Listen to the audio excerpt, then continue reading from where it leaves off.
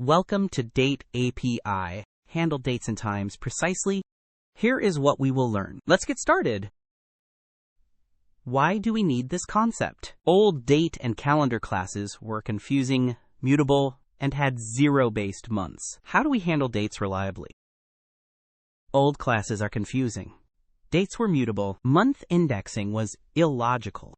The new dateapi provides immutable, clear, and time zone-aware date handling. How is dateapi used in the real world? Event scheduling, plan meetings and appointments, age calculation, compute years since birth, payment processing, track due dates and deadlines. Dateapi powers all these applications. Let's see the problem it solves. So, what happens without dateapi? Using old date/calendar classes with confusing APIs, look at how messy the code gets.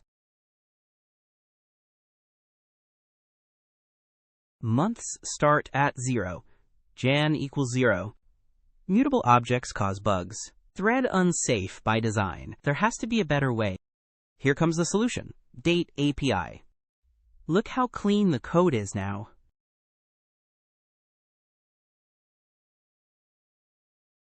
Human-readable methods, no time zone confusion. Compare the difference. And that is why we use dateapi. Let's see how to implement dateapi in code. Here is the implementation.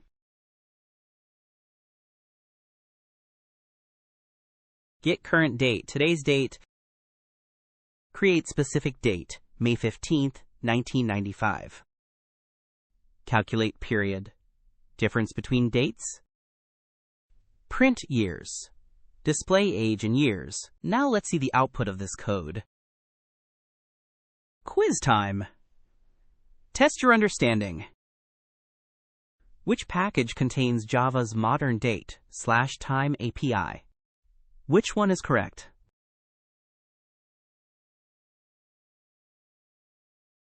The correct answer is modern date/time API is in java.time package. What does localdate.now return? Which one is correct?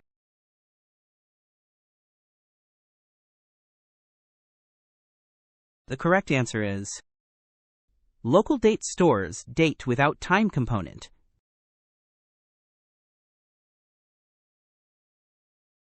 How to add 5 days to a local date. Which one is correct?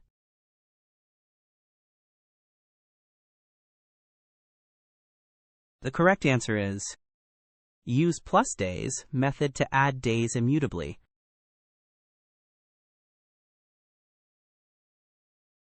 What's the output? Which one is correct?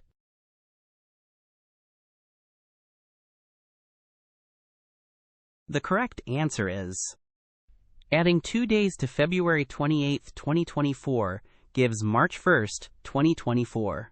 Here is a challenge for you. What's the output? Comment your answer below.